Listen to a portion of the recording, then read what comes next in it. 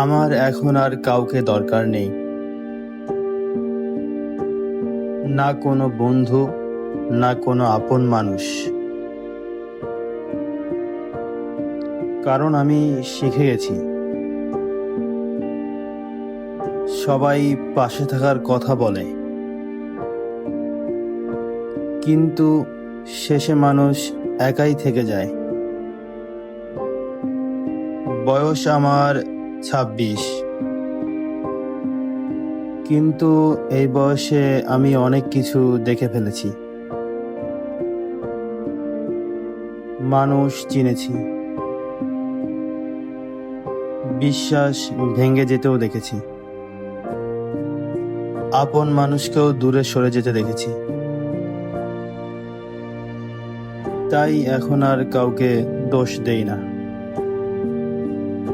শুধু নিজেকেই দূরে রাখি। একা থাকা আমার কষ্ট নয়, এটা আমার অভ্যাস হয়ে গেছে। আর সত্যি বলতে, এই একাকিত্বেই আমি সবচেয়ে বেশি শান্তি পাই।